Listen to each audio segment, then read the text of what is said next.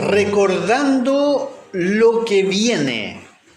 Recordando lo que viene se llama el sermón de hoy día. Y les invito a que abran en el Antiguo Testamento el profeta Habacuc. Habacuc está muy cerca del Nuevo Testamento, está después de Nahum y justamente antes de Sofonías. Habacuc.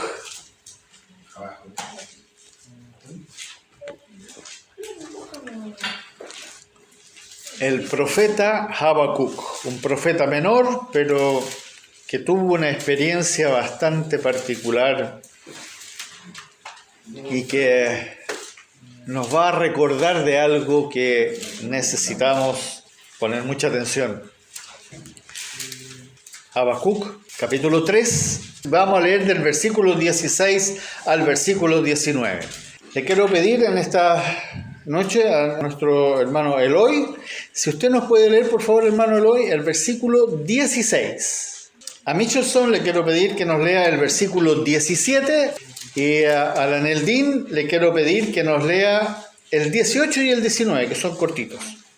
Cuando les toque, por favor, pónganse de pie y lo leen en voz alta, tranquilo, despacio, no se apuren. Wilfred, ¿tienes tú Habacuc? Sí. ¿Nos puedes leer tú el 17? Adelante, escuchemos. Oí y se conmovieron mis entrañas, a la voz temblaron mis labios, pudición entró en mis huesos y dentro de mí me estremecí, si bien estaré quieto en el día de la angustia, cuando suba al pueblo el que lo invadirá con sus tropas. Gracias, hermano. 17. Aunque la higuera no florezca, ni en la vides hayas frutos, aún falte del producto del olivo, y las labrados no dan mantenimiento, y las ovejas sean quitados de la macara, y no haya vacas en los corrales. Gracias, hermano. Neldín, 18 y 19. Con todo, yo me alegraré en Jehová, y me gozaré en el Dios de mi salvación. Jehová, el Señor, es mi fortaleza, el cual hace mis pies como de siervas, y en mis alturas me hace andar. Gracias, hermana. Muchas gracias. Oremos. Amado Padre, bendito Dios, te damos gracias por este momento en el cual tú nos permites adorarte por medio de tu palabra, porque esa palabra que no tiene absolutamente ningún error, es perfecta, es toda la verdad y solamente la verdad, ahora nos va a enseñar cosas que son tan importantes para nosotros, para que a través de ellas, que las cosas que vamos a aprender, te glorifiquemos y te honremos más todavía. Porque tú mereces toda la honra y la gloria, porque lo que aquí escuchamos recién, así como lo fue hace 2600 años atrás, también lo es ahora para nosotros aquí en este momento. Gracias, bendito Dios. Ayúdanos a recibir esta palabra con gozo en nuestro corazón para la gloria y la honra de tu santo nombre. En Cristo Jesús oramos. Amén. Amén. Este es un salmo, en realidad todo el capítulo 3 es un salmo que escribió el profeta Habacuc, inspirado obviamente por nuestro Señor Jesucristo. Es una profecía. Es una verdadera profecía que se está cumpliendo y se ha ido cumpliendo repetidas veces durante la historia de la iglesia. Es algo que ha ido sucediendo varias veces. No es algo que solamente sucedió en ese momento que lo escribió Habacuc, sino que es algo que se ha ido dando y se ha ido cumpliendo repetidas veces durante la historia y especialmente la historia de la iglesia. Nosotros hoy también estamos entrando en un tiempo, en una era, en un periodo al que se refiere esta profecía.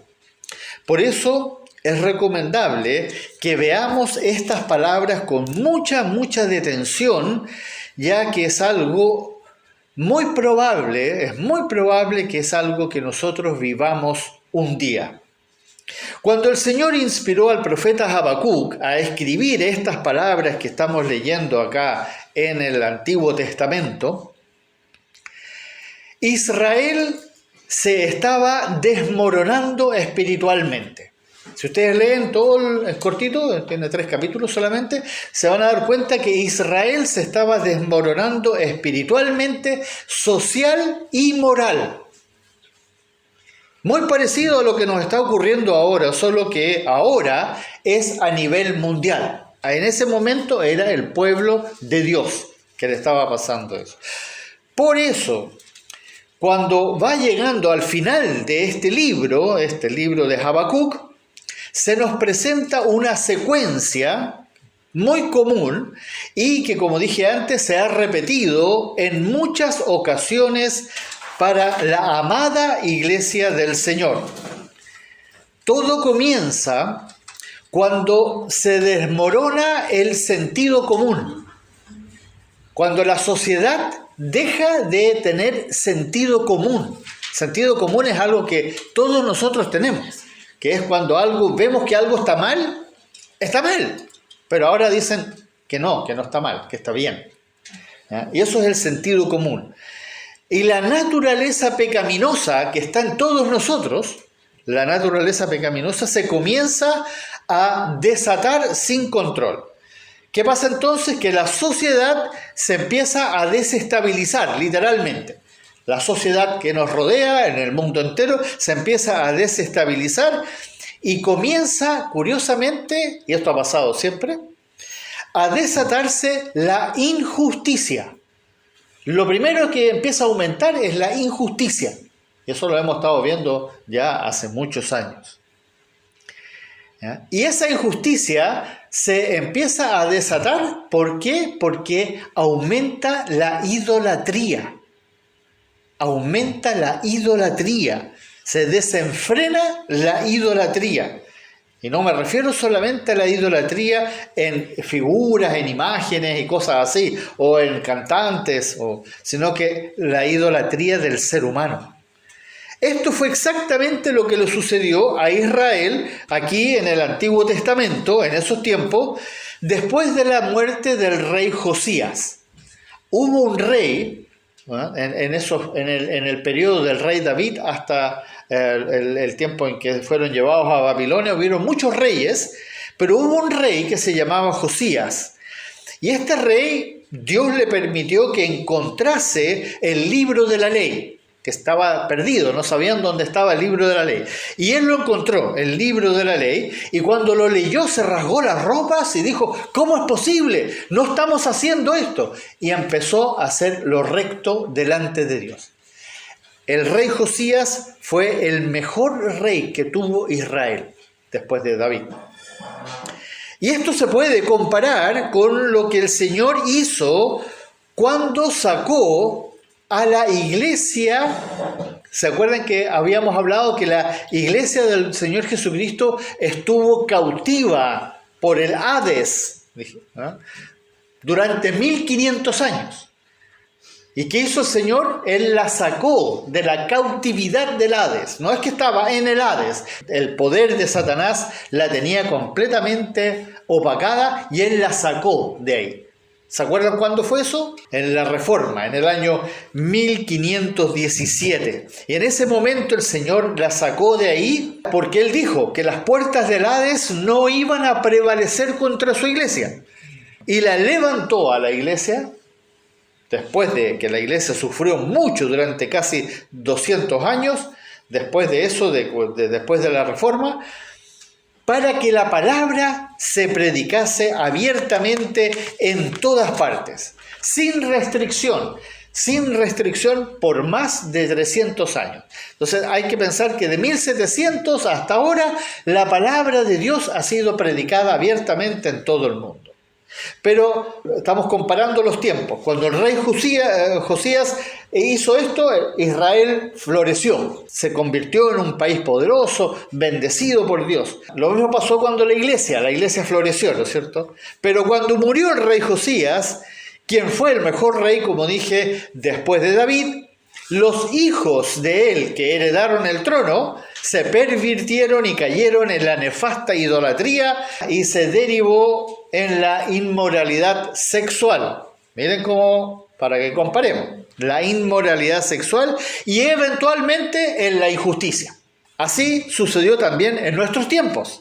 Si pensamos que en los últimos 120 y tantos años, desde 1900 en adelante, comienza a desmoronarse, a pesar de que la iglesia había crecido, ya llevaba casi 300 años funcionando, 200 y tantos años de funcionamiento, como el rey Josías, el reinado del rey Josías, y de repente empezó a desmoronarse. De 1900 en adelante empieza a aparecer la teoría de la evolución, por una parte, el pentecostalismo, que es la otra parte donde se enfermó la iglesia. Luego aparece la teoría de la relatividad y la palabra de Dios comienza literalmente a ser tergiversada por todos los medios. Hablan de la palabra, pero la empiezan a cambiar, aparecen los testigos de Jehová, aparecen los mormones, etc. Todos cambiando la palabra, mintiendo. Se desmorona lo que la iglesia había estado predicando. La palabra de Dios entonces se comienza a tergiversar y se desata inmediatamente a consecuencia de eso un brote de liberalidad, que es exactamente lo que pasó en Israel después de que muere el rey Josías. ¿Cuándo es este brote de la liberalidad? Bueno, todos se acuerdan, no sé, ustedes los más jóvenes no se van a acordar, nosotros los más viejitos nos acordamos que en los años 60 aparecen los hippies. Y los hippies literalmente reclamaban absoluta libertad de todo. Y sobre todo de tener, en realidad, de poder gozar de todas las cosas del mundo sin ninguna restricción. Y entre eso, por supuesto, la libertad sexual. Las drogas, la música, el no tener que seguir con las reglas establecidas por Dios. De ahí en adelante, Dios deja de ser el centro del pensamiento humano y se empodera el humanismo secular. Todo empieza a apuntar al hombre. Todo empieza a hablar de nosotros. Y Dios empieza a quedar detrás de la cortina. Como consecuencia, obviamente, de todo esto, se desatan varias corrientes de pensamiento e ideología que nos han llevado a lo que está sucediendo hoy día. Hoy el mundo se está organizando en torno a lo que ustedes han ido escuchando, la famosa Agenda 2030. Es algo que está ahí latente, por ahí se escucha, pero como que no le damos importancia. Pero todo lo que está sucediendo en el mundo, en China, en Estados Unidos, aquí en Chile, en Argentina, donde ustedes vayan, cualquier país, todo está funcionando en torno a esa Agenda 2030, que tiene como propósito final, y está declarado, no es algo que yo estoy diciendo, no lo pueden encontrar, es el nuevo orden mundial.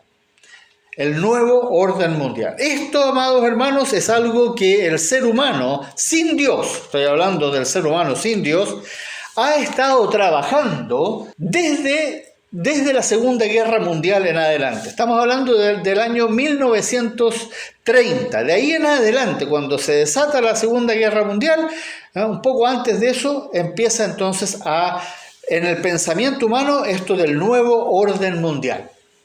Y saben lo curioso, es que hubo un hombre, que George Orwell, que escribió un libro. Ustedes lo pueden encontrar, está en internet. Se llama 1984. 1984. Él lo escribió en el año 1948, prácticamente 40 años antes. Lo escribió. Y ese libro habla del nuevo orden mundial.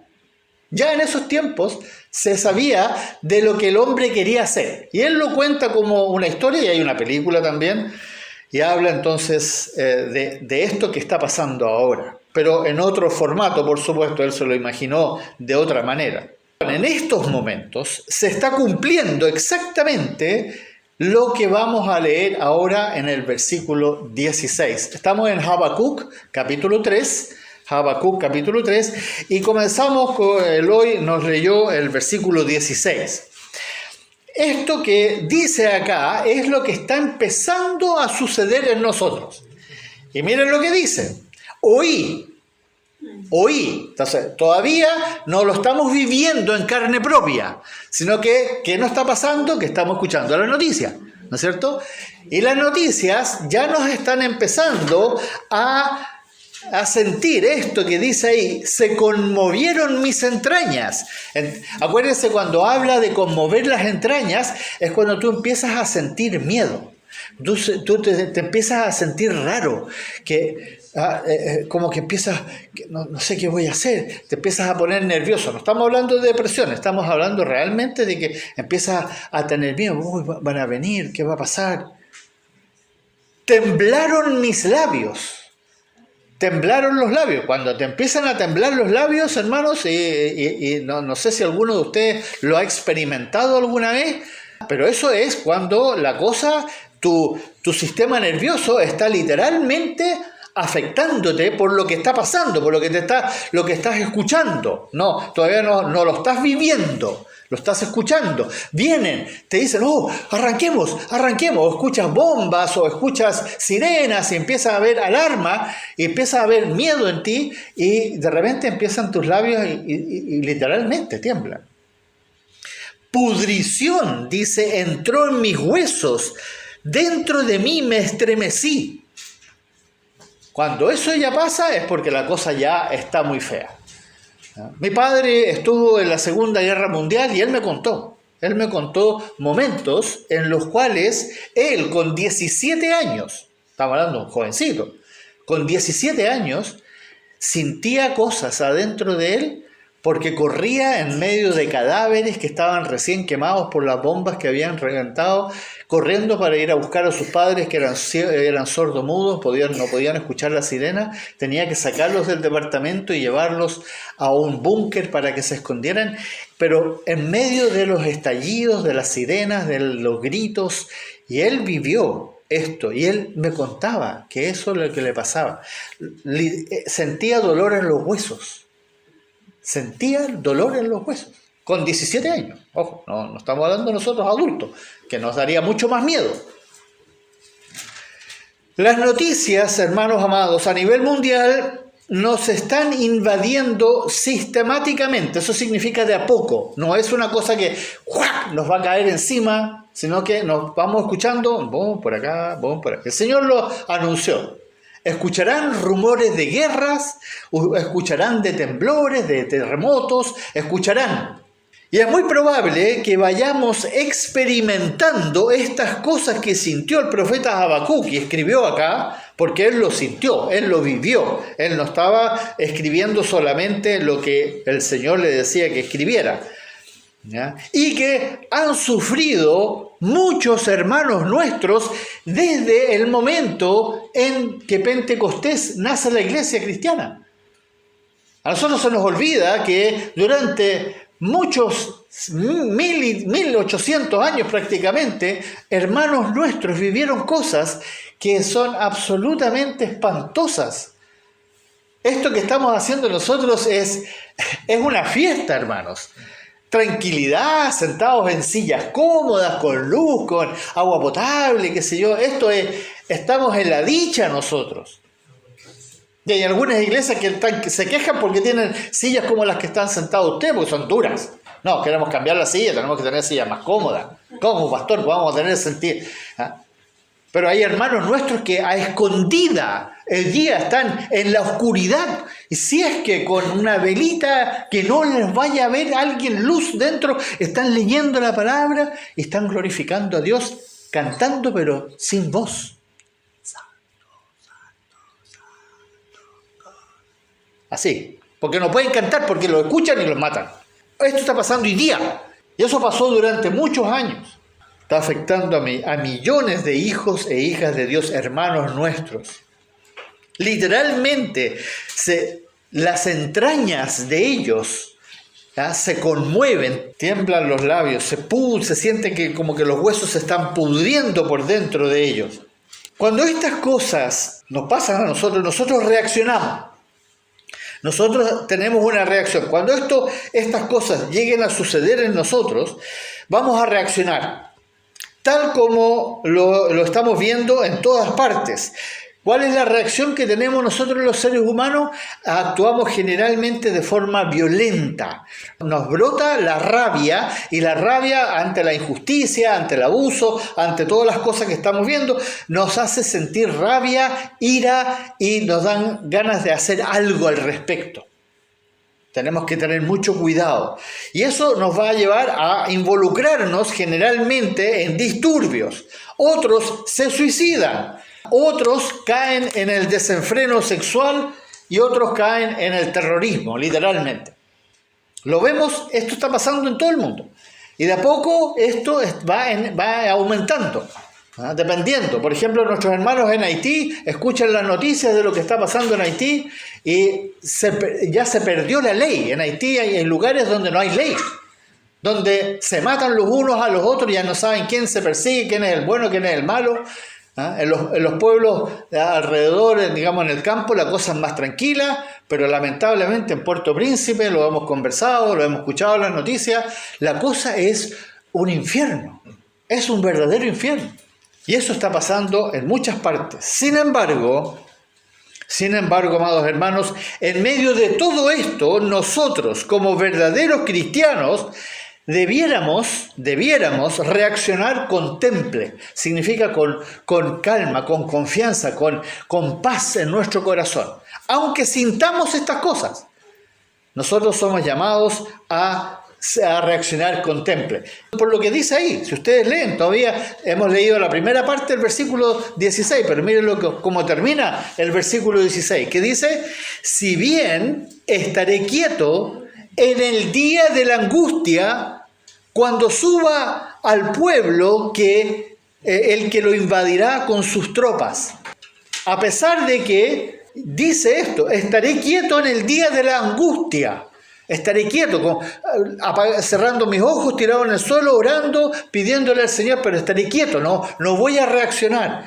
¿Cuándo qué? Cuando venga la invasión, el pueblo que nos va a invadir. Y no estamos hablando de que nos van a invadir los argentinos o los peruanos. No, estamos hablando de eso. Estamos hablando, cuando dice pueblo, se refiere a gente que tiene el poder de poder hacer con nosotros lo que ellos quieren. Y hoy día existe una entidad que se llama el Foro Económico Mundial, que se reúne todos los años en un pueblito en Suiza, que es un pueblito absolutamente idílico, ¿ya? Se llama Davos, y todos los años se juntan para tomar la decisión qué van a hacer con nosotros. ¿Qué van a hacer con nosotros? ¿Cómo van a usarnos a nosotros para lograr el nuevo orden mundial? ¿Usted cree que le importa lo que nos pasa a nosotros? No están ni ahí, como decimos aquí en Chile. No les interesa lo más mínimo lo que tú piensas, lo que tú sientes, lo que tú quieres, lo que tú crees, no les importa. Ellos tienen una meta, el nuevo orden mundial. Y lo dicen abiertamente, se juntan y lo dicen en entrevistas, dicen sí, la Agenda 2030. Ya nosotros establecimos una agenda que va a durar 10 años, llevamos 2, son 10 años. ¿no? Vamos 21, 22, 23 hasta el 2030. Y durante estos 10 años van a cambiar el funcionamiento del mundo. Hermanos, ese es el pueblo que viene a invadirnos. No son militares, no son terroristas. No, están sentados, son los dueños del mundo. Los más poderosos financieramente, económicamente, que deciden qué van a hacer con Latinoamérica. ¿Qué van a hacer con Europa? Y lo están haciendo en todas partes, no solamente acá. Ese es el pueblo que nos va a invadir. Esto es lo que nuestro Señor nos pide que hagamos, que estemos quietos, para que no seamos presa. Ojo, ¿por qué nos dice el Señor? Tírense al suelo y oren, no hagan nada, porque si hacen algo van a caer, van a ser presa de la naturaleza humana que está en ustedes. ¿Y qué va a hacer esa naturaleza humana? Va a brotar y te va a hacer pecar. Vas a caer en pecados, en errores. Tú eres un ser humano. Tú sigues siendo un ser humano, eres cristiano, pero sigues siendo un ser humano. Por lo tanto, vas a reaccionar igual que los que están allá afuera. ¿Y qué es lo que hacen los que no tienen a Dios? Reaccionan. Queman, atacan, se matan, protestan, hacen montones de cosas que lamentablemente muchas veces los hace cometer pecado. Y el Señor quiere evitarte eso a ti. Por eso nos dice esto.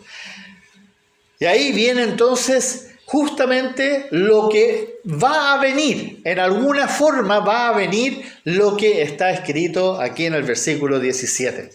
Miren lo que dice ahí. Miren la lista de las cosas. Piensen en estas cosas en los tiempos de hoy. Dice ahí, aunque la higuera no florezca, ni las vides haya fruto, aunque falte el producto del olivo, y los labrados no den mantenimiento, y las ovejas sean quitadas de la majada, y no haya vacas en los corrales. Hermanos, cuando uno pone atención a lo que están tratando de hacer a nivel mundial, estas cosas son exactamente lo que van a hacer. Todo lo que es hoy día la agricultura que está siendo llevada a cabo por los distintos productores, se los van a quitar. Y los multimillonarios en este momento se están comprando todos los terrenos ¿ya? Que sean fértiles y que tengan agua. En todo el mundo, en África, en Asia, en Estados Unidos, aquí en Latinoamérica, se lo están comprando. ¿Por qué se lo están comprando? ¿Por qué compran? No están cultivando nada. Porque ellos van a ser los que van a decidir qué se va a cultivar. Ya no van a ver los agricultores pequeños. A esos de a poquitito los van a ir secando. Y se va a producir esto, que no va a haber. Ya no vamos a comer carne. Se va a acabar la carne. Ya está decidido, porque el ganado infecta el medio ambiente. Entonces hay que eliminar el ganado. Además que le hace mal a los seres humanos comer carne. Entonces, no más carne. Ahora, ellos sí van a seguir comiendo carne, por supuesto. Pero de la mejor. Pero no nosotros. Ciertamente estamos oyendo noticias alarmantes. A medida que ustedes vayan progresando, en 9 años más, las noticias van a empeorar, en 4 años más van a ser bastante peores. Las noticias son alarmantes de lo que posiblemente suceda en los próximos meses o el próximo año. Respecto a los enseres, a las cosas que nosotros necesitamos para vivir. Porque eso es lo que nos van a empezar a controlar. Recuerden cómo, ustedes saben cuál es el lema de la Agenda 2030. ¿Ninguno? No tendrás nada y serás feliz. Léanlo, pónganlo en Google. No tendrás nada, pero serás feliz. Ese es el lema de la Agenda 2030. Lo dice Klaus Schwab, que es el líder de esto. Lo dice abiertamente. Sí, ustedes no tendrán nada, pero serán felices, como dicen en Alemania. Pero serán felices. Ese es el lema de la Agenda 2030.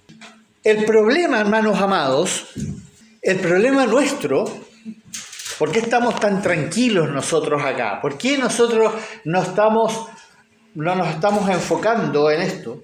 Porque todavía vivimos, como lo dijimos anteriormente, en una excesiva abundancia. Todos nosotros vivimos, aquí en Chile por lo menos, en una excesiva abundancia, en un bienestar que en otros países esto no se lo pueden ni siquiera imaginar. Que podemos entrar a un supermercado y pasearnos donde hay comida para botar. Que botan, la cantidad de comida que bota el Jumbo, el Líder, todos estos supermercados a cada día, ustedes no se lo pueden imaginar. ¿Para qué? Para que nosotros podamos pasearnos con el carro por las distintas pasillos y ver lleno, porque si no está lleno nos va a empezar a dar nos vamos a sentir mal, nos vamos a sentir raros. Ese es un problema que tenemos, hermanos, cuidado. Pero cuando esto comience a ser una realidad que verdaderamente nos afecte y nos aflija, debemos entonces recordar esto que dijo nuestro Señor por medio del profeta Habacuc. Por eso yo quiero que ustedes lo escuchen bien y vean que está escrito ahí, y es algo que ha ido sucediendo varias veces. Esto no es algo que sucedió en ese tiempo y ahora. No, esto ha estado sucediendo. Entonces, cuando esto empiece a pasar, ahí nos vamos a dar cuenta cuánto nosotros le creemos verdaderamente al Señor. ¿Cuánto le creímos? ¿Cuánto le creemos a Él? Y si verdaderamente éramos justos que por fe vivían. Recuerden que dijo, la palabra lo dice, aquí en Habacuc justamente lo dice, que el justo por fe vivirá. Esto va a ser una verdadera prueba. El que vive por fe.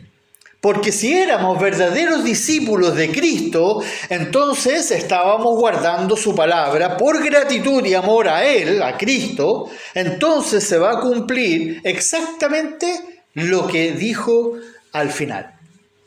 ¿Qué dice al final? Versículo 18 y 19. Con todo, yo me alegraré en el Señor y me gozaré en el Dios de mi salvación. Jehová el Señor es mi fortaleza, el cual hace mis pies como de cierva y en mis alturas me hace andar. Aleluya. Este versículo, estos dos versículos son una tremenda verdad que se repite en muchos salmos.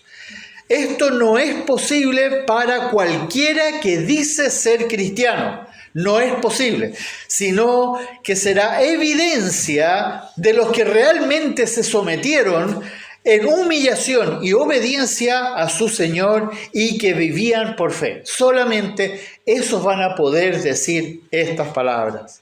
Sé que lo hemos repetido muchas veces, como lo dije, que lo hemos enseñado en los salmos, lo hemos leído, lo leemos en la oración. Los miércoles siempre nos acordamos de estas palabras, tal como lo dice en este salmo, pero también en otros. Pero hermanos amados, otra cosa, como lo decimos aquí en Chile, es con guitarra. Otra cosa es con guitarra. Amados, cuando llegue el comienzo de la tribulación para nosotros aquí en Chile, algo que está siendo anunciado a viva voz, con bombo y platillo.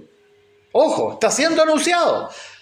Lo están diciendo, ¿no?, descaradamente en todos los medios de comunicación, pero que todavía no creemos, ya que siempre hemos salido de una u otra manera gracias a la providencia de Dios. Entonces, cuando eso suceda, si no estamos bien fundados sobre la roca, tal como lo dijo el Señor Jesucristo al final del Sermón del Monte, no vamos a ser capaces de afirmar lo que el Señor dice aquí en su palabra. No vamos a ser capaces de decir esto.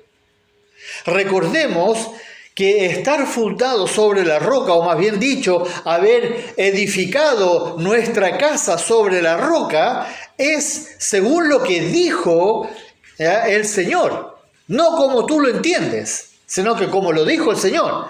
¿Y qué dijo en Mateo capítulo 7, versículo 24? Cualquiera pues, escuche bien, que me oyere estas palabras y las hace, le compararé a un hombre prudente que edificó su casa sobre la roca. Y aquí nuevamente, hermanos, si siempre vamos a volver a lo mismo. Volvemos a algo que muchos no están tomando en serio. No están tomando en serio. No están haciendo lo que oyeron. Pues si tú verdaderamente estás edificando tu casa sobre la roca, como ese hombre prudente que habla el Señor, entonces tú debieras estar trabajando arduamente. Porque edificar una casa, para los que hemos edificado una casa, sabemos que es trabajo sumamente arduo, mucho esfuerzo. Es muy difícil construir una casa. Otra cosa es estar parado y viendo cómo los constructores la hacen y decirle, no, más para allá, más para arriba, hagan esto. Pero otra cosa es cuando tú tienes que tomar y construir una casa. Yo tuve el privilegio de construir junto al esposo de nuestra hermana Isabel una parte de la casa de ellos. Y fue mi única vez que en mi vida trabajé en la construcción y tuve el privilegio de poder de hacerlo. Y sé lo difícil que es. Sé lo que nos costó levantar todo eso y hacerlo. Muchos de nuestros hermanos haitianos han estado en la construcción y también lo saben. En otras palabras, ¿qué significa esto de edificar con esfuerzo? Tú te estarás esforzando mucho por leer la palabra del Señor Jesucristo. Eso requiere esfuerzo, hermano. Esto de leer la palabra, aunque puede ser tan simple como que yo me siento en mi casa y leo la palabra. No, pero ahora léela siempre. Eso requiere esfuerzo. O estarás orando regularmente. No me refiero a orar todo el día, regularmente, ya sea en privado o con la iglesia. Estarás aprovechando cada oportunidad que el Señor te da de estudiar la palabra. Él te lo pone a tu disposición. No te obliga, pero te va a dar la oportunidad de estudiar la palabra. En alguna forma Él lo va a hacer. ¿Lo estás aprovechando? Eso requiere esfuerzo. Estarás procurando servirle al Señor dentro del cuerpo de Cristo, atendiendo a los hermanos que están en necesidad. Con anhelo profundo, esperarás cada domingo para poder ir a adorarle junto a los santos, para participar de la mesa del Señor, para presentar tu ofrenda, como lo leímos recién, el fruto de la ofrenda. Todo eso requiere mucho esfuerzo. Eso es difícil, hermanos. Si tú lo haces a conciencia para la gloria del Señor porque estás agradecido, entonces vas a trabajar arduamente. ¿Para qué decir si tú te estás negando a ti mismo? O tienes un ardiente deseo en tu corazón de presentar tu cuerpo en sacrificio vivo, santo, agradable al Señor. O también si estás buscando primeramente el reino de Dios y su justicia. Desde luego, si estás testificando de Cristo ante los seres humanos. Esto, hermanos, es arduo trabajo de amor. Ese es el trabajo de amor del cual habla el Señor en su palabra. El verdadero amor requiere mucho trabajo, es muy difícil. Y eso lo compara con edificar una casa con esfuerzo sobre la roca, la verdad, la palabra, Cristo.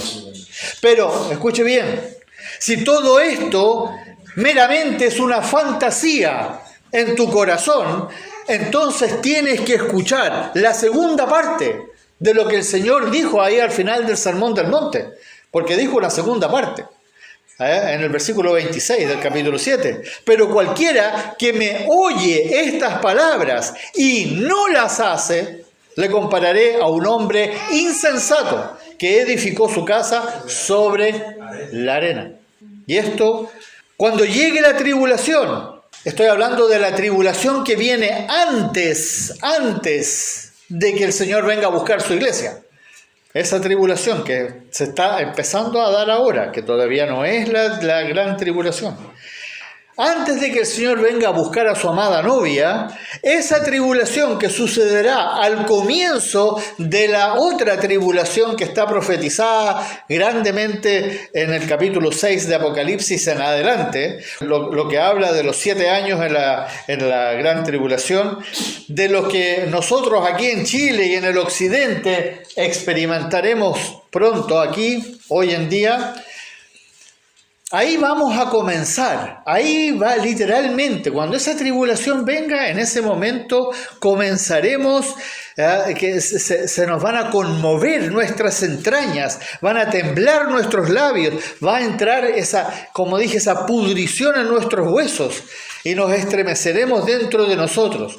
Muchos cristianos, amados hermanos, se van a desfallecer, se van a aferrar a la seguridad del mundo. Ya sea porque van a buscar armas, se van a defender o van a seguir a grupos que los van a proteger. Porque no invirtieron tiempo cuando les sobraba. Eso es lo que nos pasa a nosotros. A nosotros hoy día nos sobra tiempo. No se engañen, amados, con que están bien en el Señor. No confíen, yo estoy bien en el Señor. No es tan fácil, no es tan sencillo. No lo fue para nuestro Señor Jesucristo. Cuando Él estuvo en la tierra, no lo fue. Él no descansó, Él tenía que esconderse, Él tenía que arrancar, pero seguía predicando, no cambiaba el discurso, no hacía nada, sino que Él seguía a pesar de que lo estaban persiguiendo a muerte y finalmente lo mataron. No lo fue para los apóstoles, no lo ha sido para muchos hermanos y hermanas nuestros alrededor del mundo. ¿Por qué entonces va a ser fácil para ti? Si tú no estás trabajando arduamente en el amor por tu Señor, que es lo mismo que tener sus mandamientos, como Él lo dijo, ahí en el capítulo 14, tener sus mandamientos y guardarlos, entonces ve y arrepiéntete. Ve ahora y arrepiéntete con total humillación y comienza a hacer lo que has oído de parte de tu buen pastor. Porque algo has oído. No estoy hablando que tienes que hacerlo todo porque no reconoces toda la palabra. Pero si la has escuchado, lo que has escuchado, hazlo. Y si no lo estás haciendo, arrepiéntete y pídele perdón. Porque Él es nuestro buen pastor. Ese es Jesucristo, el único Dios verdadero y la vida eterna. Y solo a Él sea la gloria, la honra y todo lo que Él merece por los siglos y los siglos. Amén. Amén. Bendito Padre, que estas palabras no sean meramente algo que hayamos escuchado y que solamente repitamos, sino que las tomemos mucho más en serio de lo que lo hemos estado haciendo. Te pedimos perdón, oh Dios. En el nombre de Jesús te pedimos perdón por nuestra negligencia muchas veces, por nuestra despreocupación, por nuestra flojera de no hacer todo lo que tú nos mandas que hagamos, pero lo hagamos con gratitud, con verdadero sacrificio vivo, como dice tu palabra, para poder estar firmes, plantados fundados sobre la roca que es tu Hijo Jesucristo en el día de la tribulación, en el día en que nuestros labios tiriten, verdaderamente nos estremezcamos y entremos en aflicción física como lo han vivido tantos, como lo viviste tú, Señor, cuando estuviste ahí en el huerto del Getsemaní y sudaste como gotas de sangre porque sabías lo que venía. Y así tal vez nosotros un día sepamos que nos van a quitar todo, que nos van a arrestar, que nos van a hacer algo terrible y entremos en esa aflicción también y en eso estemos preparados, estemos con suficiente aceite en nuestras lámparas para que cuando tú vengas, bendito Señor, estemos ahí preparados como una novia santa, pura, virgen delante de ti. Ayúdanos, oh Dios, en el nombre de Jesús. Amén. Amén. Hay una hermosa alabanza que les quiero invitar que cantemos antes de partir a nuestro hogar.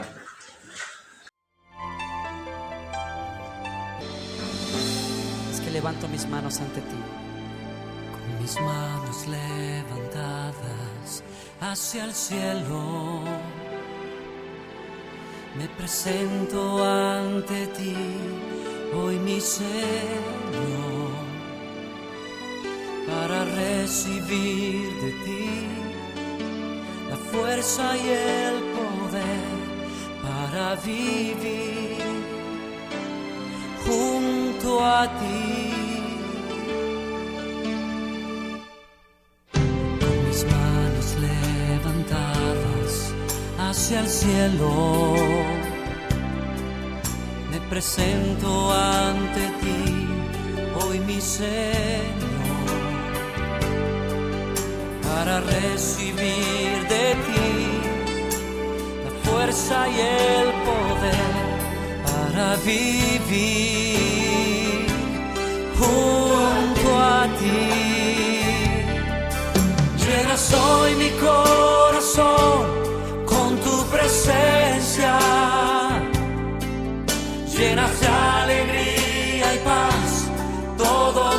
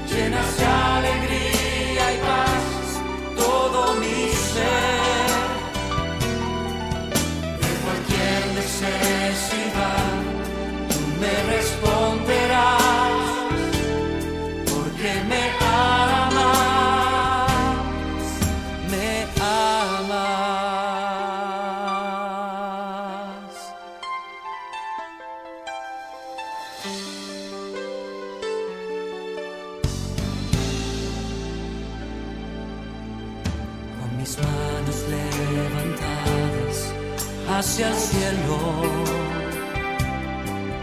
Me presento ante ti, hoy mi Señor,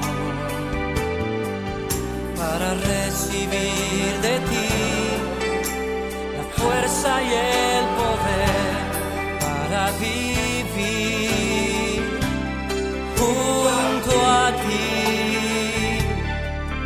Llenas hoy mi corazón con tu presencia,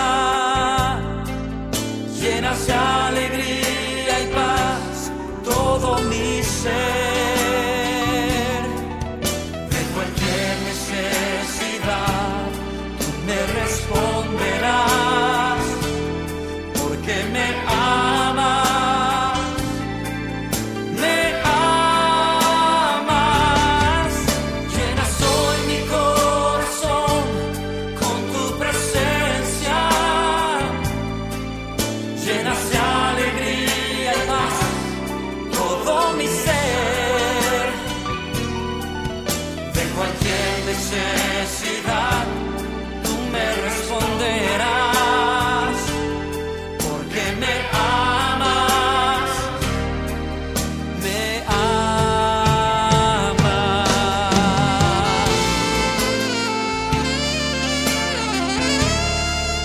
De cualquier necesidad